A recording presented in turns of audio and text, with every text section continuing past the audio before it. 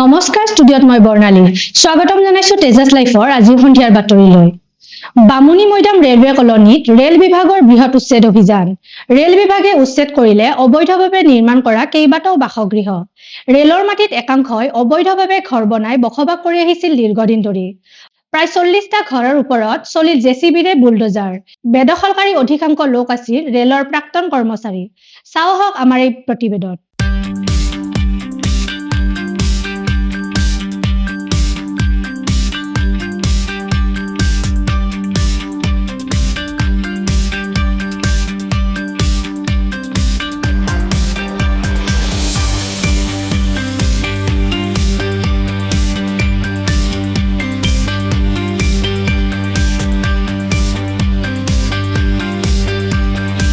কলিয়াবৰৰ নলতলিত ভয়ংকৰ পথ দুৰ্ঘটনা তেজপুৰ দিশৰ পৰা কলিয়াবৰ অভিমুখে গৈ আছিল এখন XUV 300 বাহনখনে নিয়ন্ত্ৰণ হেৰুৱাই পথৰ কাষৰ পথাৰত পৰিল বাগৰি দুৰ্ঘটনা কথমপি প্ৰাণ ৰক্ষা বাহনখনৰ চালকসহ যাত্ৰীসকলৰ দুৰ্ঘটনাগ্ৰস্ত বাহনখনৰ নম্বৰ AR01P1022 চাওহক কলিয়াবৰৰ পৰা আমাৰ সাংবাদিক সত্যজিৎ গগৈয়ে পঠিওৱা এই প্ৰতিবেদন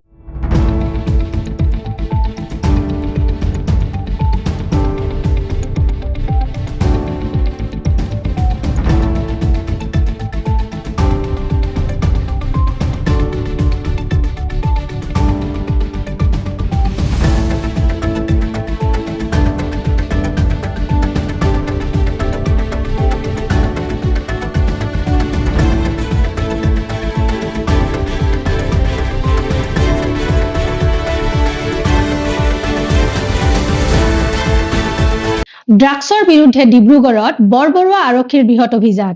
জকাই 26 ঘৰীয়া গাঁৱত নিশা চলোৱা অভিযান আটক এজন কুখ্যাত ড্ৰাগছ ব্যৱসায়ী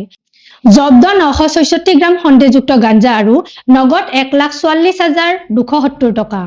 আৰক্ষীৰ সন্দেহ অনুযায়ী জব্দ কৰা নগদ ধন ড্ৰাগছ বিক্ৰীৰ ধন ঘটনা সন্দৰ্ভত বৰবৰুৱা আৰক্ষীয়ে তদন্ত অব্যাহত ৰাখিছে চাওহক ডিব্ৰুগড়ৰ পৰা আমাৰ সাংবাদিক শিল্পীকা দাসে পঠিওৱা এই প্ৰতিবেদন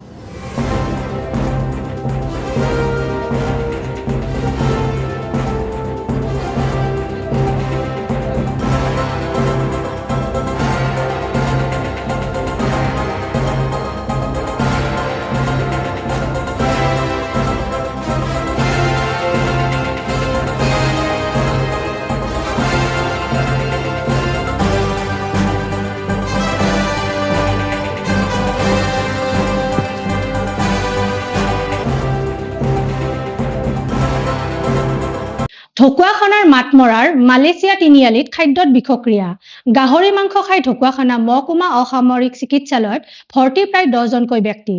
মূৰ ঘূৰণি বমি জ্বৰ পেটৰ বিষ আদি ৰোগত আক্ৰান্ত ৰোগীসকল আক্ৰান্তৰ সংখ্যা আৰু বৃদ্ধি হোৱাৰ আশংকা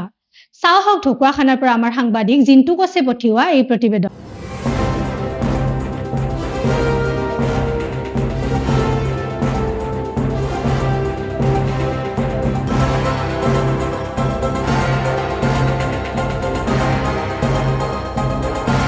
আমাৰ ঢকুৱাখানা মাতমৰাত কালি গাহৰি মাংস খাই পিনি প্ৰায় 10 জন মান হ'ব নেকি খাদ্য বিষক্ৰিয়া হৈ পিনি হস্পিটেলত ভৰ্তি হৈ আছে কেনেকুৱা তেওঁলোকৰ অৱস্থা একেবাৰে বেয়া মানে পেট বিষ হৈছে জ্বৰ হৈছে কিছুমানৰ পেটৰ বিষত ধৰিব পৰা নাই এনেকৈ হৈ আছে শিৱসাগৰত আটাচুৰ গণবিক্ষোভ কাৰ্যসূচী বন্যাৰ্তক উপযুক্ত ক্ষতিপূৰণ আদায়ৰ দাবীত এই কাৰ্যসূচী সদৌতাই আহোম ছাত্ৰ সন্থাৰ শিৱসাগৰ জিলা সমিতিৰ উদ্যোগত এই বিক্ষোভ চৰকাৰৰ তৰফৰ পৰা আগবঢ়োৱা 15,000 টকাৰ এককালীন সাহায্য 35 দিনৰ পিছতো লাভ নকৰাৰ অভিযোগ চাওহক শিৱসাগৰৰ পৰা আমাৰ সাংবাদিক অৰ্পণা ভৰালীয়ে পঠিওৱা এই প্ৰতিবেদন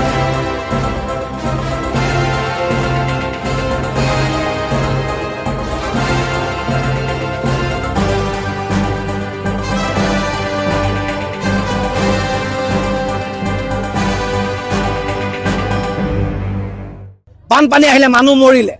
সৰ্বহৰা হ'ল দিশহৰা হ'ল কিহৰ কাৰণে বানপানী হ'ল তাৰ উত্তৰ আমাক লাগে ই নেচাৰেল কেলেমিটি নে মেড মেড ডিজাষ্টাৰ তাৰ কাৰণে আমি প্ৰকৃত কথাটো জানিব লাগিব আৰু সেইকাৰণে আমি কন্যাক জনগোষ্ঠী প্ৰতিৰোধ সংগঠনৰ লগত কথা পাতিছে প্ৰকৃত কাৰণ কি তেওঁলোকে কৈছে যে ইয়াত প্ৰকৃত কাৰণ অবিজ্ঞানসন্মতভাৱে মাইনিং কৰা এটা প্ৰকৃত কাৰণ যে সেইকাৰণে কৈছোঁ যে চৰকাৰে জীৱন সম্পত্তি নিৰাপত্তা প্ৰদান কৰিব লাগিব উঠি অহা নৱপ্ৰজন্মৰ সোণেৰীয়া সপোন তেওঁলোকে বাস্তৱ ৰূপ দিব লাগিব আৰু থলগিৰি খিলঞ্জীয়া পক্ষত থাকি থলগিৰি হৈ কাম কৰিম বুলি কোৱা এইখন চৰকাৰে থলগিৰি ৰাইজে ৰাজপথত আছে দিশহৰা হৈছে পথভ্ৰষ্ট হৈছে মানসিক অন্তৰণ্ডত ভুগিছে মনস্তাত্ত্বিক পৰিৱৰ্তন হৈছে এই পৰিৱৰ্তনৰ সময়ত চৰকাৰক কৈছোঁ 10,000 কোটি টকা পেকেজ আপোনালোকে ঘোষণা কৰক দুৰ্ঘটনাৰ প্ৰকৃত কাৰণ আপোনালোকে ৰিচাৰ্জ কৰক 18 কিলোমিটাৰ দিশৰ উন্মুক্ত হৈ থকা মথাউৰি নিৰ্মাণ কৰক দৰিকাৰ মথাউৰি পুনৰ নিৰ্মাণ কৰক যদি নকৰে অসম জ্বলিব অসম উত্তপ্ত হ'ব আমি ৰাইজৰ লগত থাকিম ৰাইজৰ পক্ষত থাকি কাম কৰিম সেইকাৰণে কৈছোঁ অহা 10 ছেপ্টেম্বৰ তাৰিখে শিৱসাগৰত উত্তাল প্ৰতিবাদ হ'ব সেই প্ৰতিবাদত যদি চৰকাৰে গুৰুত্ব নিদিয়ে আমি উজনি অসম বন্ধ দিম কাৰণ আমি অসমীয়া ৰাইজক নিৰাপত্তা দিব লাগিব আমি অসমীয়া ৰাইজৰ জীৱন সম্পত্তিৰ কথা ভাবিব লাগে উঠি অহা নৱপ্ৰজন্মৰ সপোনৰ কথা ভাবিব লাগিব ক'ত ভাবিম শিৱসাগৰ চৰাইদেউ জনগণে ভাবিব লাগিব সেই সপোন আমি কেতিয়াও ক্ষান্ত হ'বলৈ নিদিওঁ সেইকাৰণে কৈছোঁ যে সময় থাকোঁতে চৰকাৰে বিহিত ব্যৱস্থা গ্ৰহণ কৰক চৰাইদেউ শিৱসাগৰৰ কাৰণে এটা পেকেজ ঘোষণা কৰক যদি পেকেজ ঘোষণা নকৰে প্ৰতিবাদ হ'ব অসম উত্তাল হ'ব অসম বন্ধ হ'ব ঢেকিয়াজুলি ক্ৰীড়া সন্থাৰ খেলপথাৰত উপস্থিত মন্ত্ৰী বিশ্বজিৎ দৈমাৰী উপস্থিত মন্ত্ৰী তথা ঢেকিয়াজুলি সমষ্টিৰ বিধায়ক অশোক সিংহল ঢেকিয়াজুলি ক্ৰীড়া সন্থাৰ খেলপথাৰক এখন পূৰ্ণাংগ খেলপথাৰলৈ ৰূপান্তৰ কৰাৰ ঘোষণা বিশ্বজিৎ দৈমাৰীৰ চাওঁ আহক ঢেকিয়াজুলিৰ পৰা আমাৰ সাংবাদিক পংকজ মহত্তই পঠিওৱা এই প্ৰতিবেদন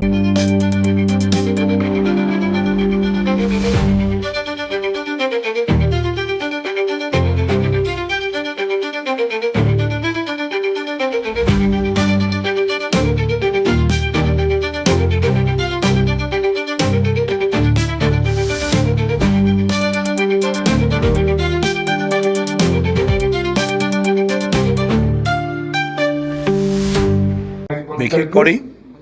আমাৰ স্থানীয় বিধায়ক তথা আমাৰ মন্ত্ৰী অশোক সিংহল ডাঙৰীয়াই মোক এই সমষ্টিৰ বিভিন্ন মানে যিবোৰ বিভাগৰ কাম কাজ ইয়াৰ এটা ৰিভিউৰ কাৰণে আৰু মোৰ বিভাগবিলাকৰ কথাটো পাতিবৰ কাৰণে কি চলি আছে কি চলি থকা নাই আৰু আহি থকা সময়ত বাকী আমাৰ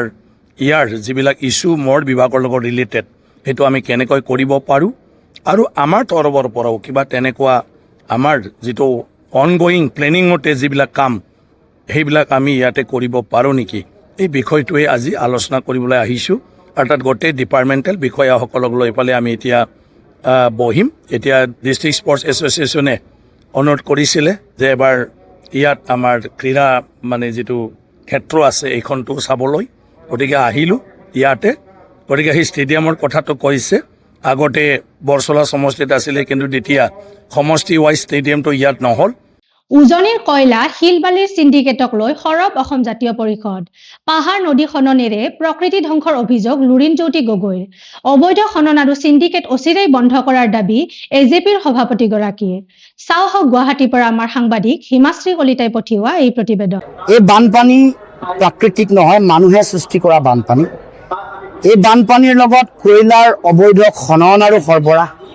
বালি শিল খনন আৰু সৰবৰাহ সিন্ডিকেট মাটিৰ খনন আৰু চৰকাৰে নিজে কোৱা চৰকাৰে কৈছে চৰকাৰৰ তেওঁলোকৰ যিটো গভৰ্ণমেণ্টৰ ষ্টেট ফৰেষ্ট যিটো ৰিপৰ্ট আছে তাত কৈছে যে 2013 পৰা 2023লৈকে 397.88 বৰ্গ কিলোমিটাৰ গছ নাগালেণ্ডত কাটি তহিলং কৰি দিয়া হৈছে যি অঞ্চল অসমৰ সীমান্তত এই বিহুবৰ অঞ্চলত য'ত আগতে প্ৰেছাৰ মেচিন আছিলে 138টা কোনটো পৰ্যায়ত মানে পাহাৰৰ ওপৰত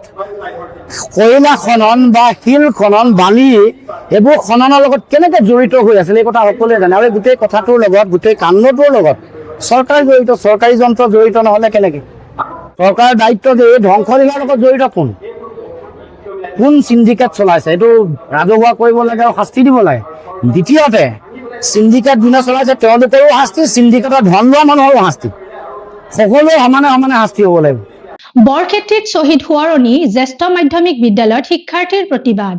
বিদ্যালয়খনত ছাত্ৰ একতা সভাৰ উদ্যোগত প্ৰতিবাদী কাৰ্যসূচী ৰূপায়ণ নিযুত মইনা আঁচনিৰ প্ৰপত্ৰৰ নামত অবৈধভাৱে ধন সংগ্ৰহ কৰাক লৈ প্ৰতিবাদ নিযুত মইনা আঁচনিৰ ধন সংগ্ৰহ কৰা ছবিন আলী ওৰফে ৰাতুল আলী নামৰ এজন লোকৰ বিৰুদ্ধে প্ৰতিবাদ বিদ্যালয়ত অবৈধভাৱে ধন সংগ্ৰহ কৰাৰ অভিযোগ ছবিন আলী ওৰফে ৰাতুল আলীৰ বিৰুদ্ধে। চাওহক বৰক্ষেত্ৰীৰ পৰা আমাৰ সাংবাদিক ধনজিৎ বৈশ্যই পঠিওৱা এই প্ৰতিবেদন।